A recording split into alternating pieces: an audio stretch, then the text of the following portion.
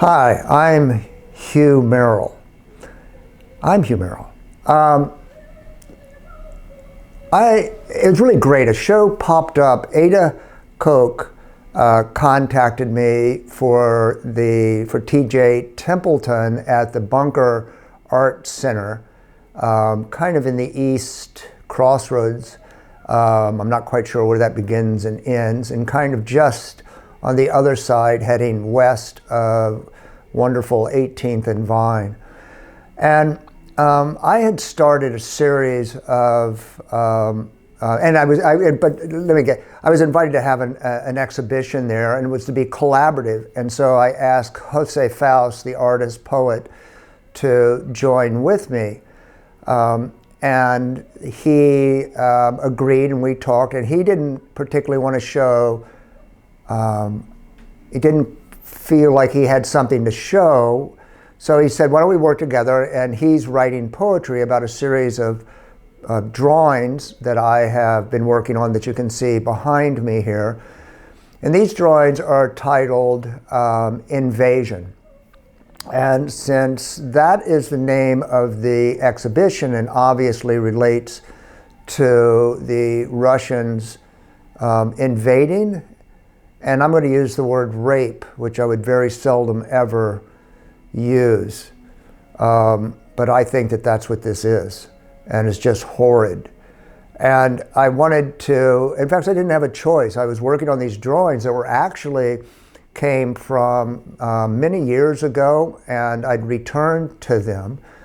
And as this new pressure came into view emotionally on me with the Ukrainians and Russians, I began to alter the drawings to fit the idea of invasion.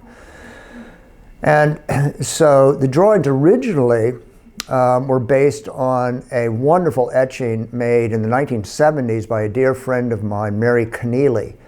And that piece was called Ledger. And I did a whole series of drawings over the last year titled the Keneally series. And that series is now part of it, a large part of it, has been acquired by the Virginia Museum of Fine Arts in Richmond, Virginia. So those are the images that I've been working on. They had something to do with time and space, and the idea that time is momentary and that space is continual, and that time moves and space remains. Now, do I understand any of that? No, I'm not a physicist. But those ideas of temporality, something being short-lived, and something being in deep time or deep space, have been part of my thinking in doing drawings for most of my time in studios, and literally since the 1970s. What are they really about? They're informed by motivations, like the invasion and like in my interest in physics, but they're really about how Hugh Merrill picks up a pen and makes a drawing, and then makes the next drawing, makes the next drawing. My dear friend Lester Goldman, who passed way, way too soon, Lester used to call that the studio narrative. And it was a going into the studio and making and working every day, coming in, looking at what you did the day before, making and working, and being open to change and continuity. And so my work has been very involved in that since the 1980s, including the Lucky Dragon series that was shown at the Nelson Atkins Museum, and other works. There's a sequential iteration process that's a very big part of my work. Well, it's always fun to have little disturbances, left turns, unexpected moments. And so when Ada contacted me and T.J. Templeton and said, "Do you want to have a show in April?" And it was the middle of February. And I said, "Yeah, I've got all these drawings, I'll show them." And then with the beginning of the invasion of the Ukraine, I began to look at Anselm Kiefer and those roads that go back towards the horizon. And they were about his knowledge and feelings towards the invasion, the Eastern Front of Germany, moving across Eastern Europe and into the Russian territory. And they were just kind of endless backward perspective. And so I thought about that and thought about the idea of that perspective. You're invading, you're pushing into an area. I thought about the kind of measurements that occur that determine if the invasion is succeeding, which thank God it is faltering, if not outright failing. And I thought about tank tracks and the way they push back through across mud and through snow. And then there's also areas that relate more to my ideas about physics, a kind of universal, always existing space. And so I tried to mix those together without thinking about them in an academic or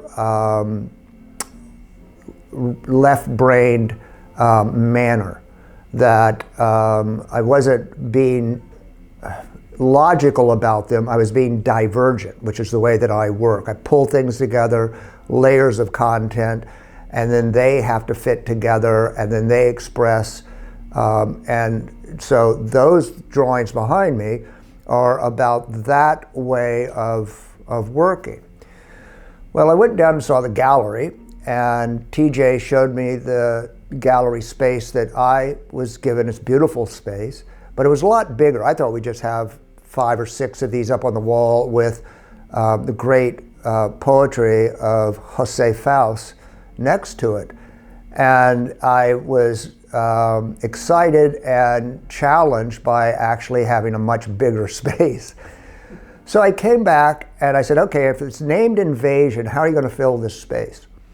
And I had done a series of prints and drawings in 2016 after Trump had won and the beginning of the destruction of democracy and democratic representative government that we've now seen with the invasion, the insurrection in Washington. And so back then I had grown up in DC, and I had worked for Senator John Sparkman at the United States Capitol in the late 60s and 70s.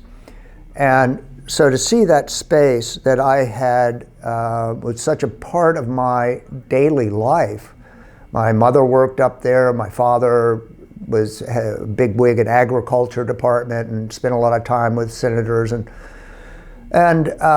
so that was kind of sacred, and I didn't even know it until I saw Confederate flags being flashed around inside there, and it just made me ill. And so when I pulled out the work from from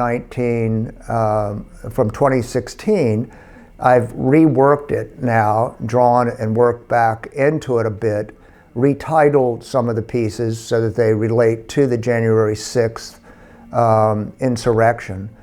And I thought, okay, these will be great with this makes sense. We have political insurrection, we have kind of conceptual insurrection and a relation to the Ukrainian war, but I still needed some more work. And so I looked up on my walls here, and I have what's left of a series of framed prints that were based on Audubon's wonderful prints of the birds of the Gulf Coast.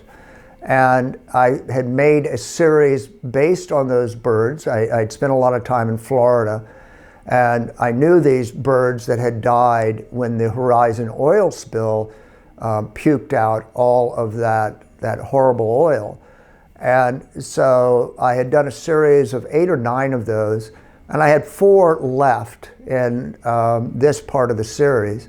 And I thought, well, that's an invasion of the ecology. And so that makes sense to put with this.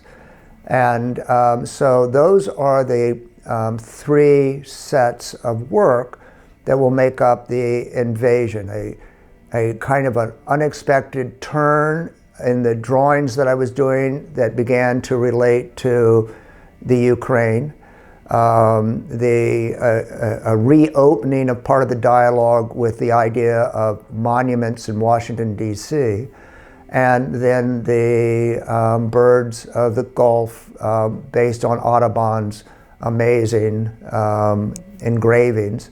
And what's really interesting about the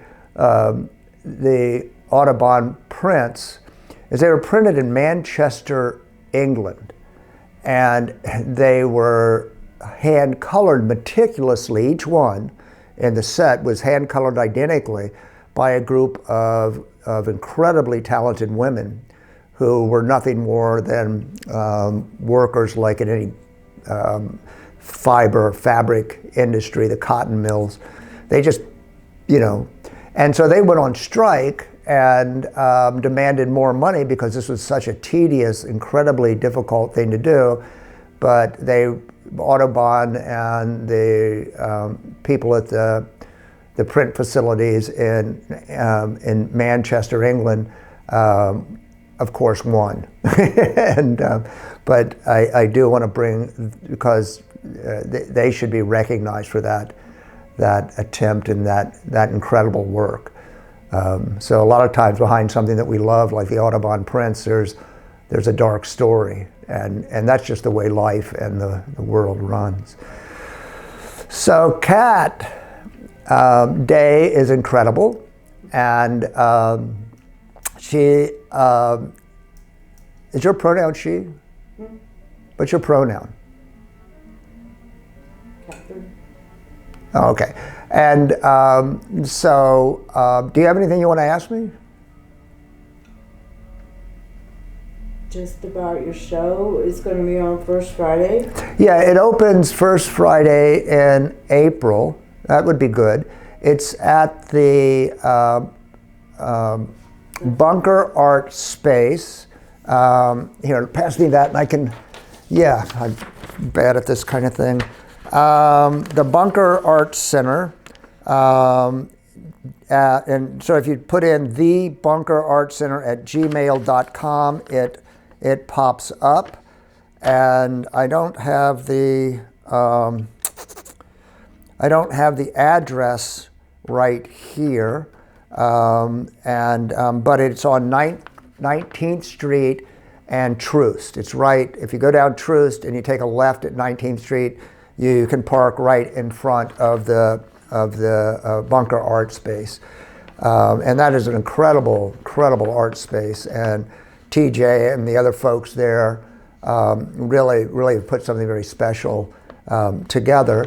So I hope to see someone there. I did have an opening in Indianapolis one time, and they forgot to, from the Indianapolis Art Center, and they forgot to send out invitations. Oh, no. So they had this huge spread. It was a big deal, and there wasn't anybody. Nobody knew about it. And I thought it was funny. They were just embarrassed to death, because it's like a small museum. Right. So at any rate, yes, 19th Street and Troost, the Bunker Art Center @gmail.com, and I look forward to, let's see, Michelle Dwyer is in the show. I should have written all this down. Michelle Dwyer is in the show from Two Tone Press. Ada Koch is in the show, and she's also making work that has a poet collaborative, and they have a book out, and that is the wonderful Glenn North, an incredible force in art here in Kansas City, and it's just a wonderful poet and a good friend. And so I'm sure I'm leaving somebody out. This part I wasn't prepared for, but check it out and you'll get the full. It's not my fault. They open at 5? They open at 5. I think that's enough unless you have a question. I'll get out of the way and you can kind of take a look. Yeah. This is one of the monuments here. That's the Capitol, and it's the